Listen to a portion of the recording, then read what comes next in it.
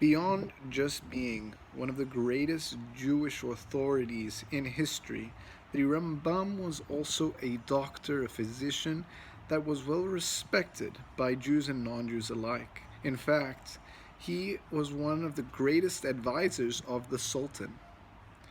And many of the other advisors did not like that the Rambam was so well respected by the Sultan. In fact, on one occasion, they came together and they devised a plan. As a collective, they approached the Sultan. They said, dear Sultan, we know how much you love and respect the Rambam, but we are afraid to tell you the truth that he actually has a plot to assassinate you.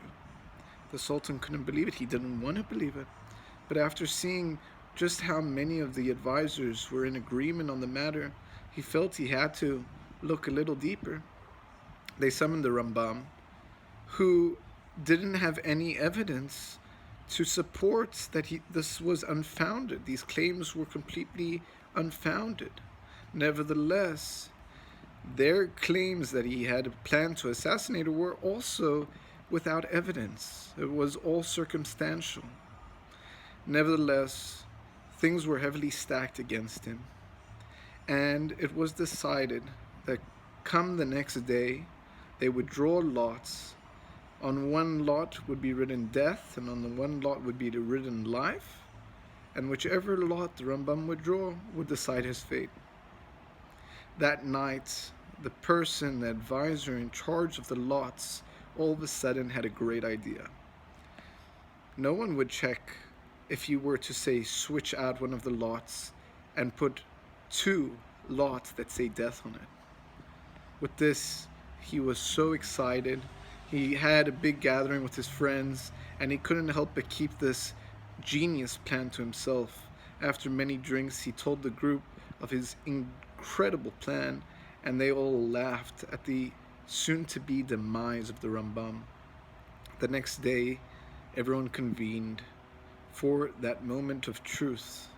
One of the men who had been at the party in the previous night went over to the Rambam and, being a great anti-Semite, smirked at him and whispered in his ear, "Get ready to meet your maker. Best to say your last words, you're done for." The Rambam immediately understood that something wasn't right. And so the Sultan said, the time has come for the Rambam to reach inside the box and to draw his lot. The Rambam immediately picked up a paper, and without opening it, he threw it into his mouth and swallowed it. Everyone in the audience couldn't believe what they were seeing. The Rambam then spoke up. We all know that there were 2 lots. One said life and one said death. So it's very simple. Let's just open the box and see what's left in there. And if it says life, then obviously the one I drew said death. And if it says death, then obviously the one I drew was life.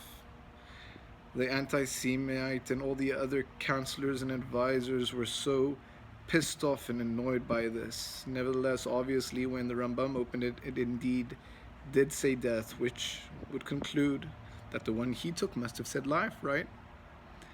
After the entire thing, the Sultan was very happy because, as we said, he was very close to the Rambam. He saw him in very high regards. But the Sultan couldn't help but ask what was behind such strange behavior of eating the paper. The Rambam said, "I'll be honest with you. I felt like something was wrong, and I had a feeling that someone had tampered with the lots and that they both said death on them. And thinking quickly, this was the best solution I had." Indeed, the Sultan decided to put a committee together to investigate, and it all came out to be just as the Rambam had assumed it was. The Sultan said, "Praise the God of Israel. If I didn't think you were brilliant before, you better believe that I know so even more now."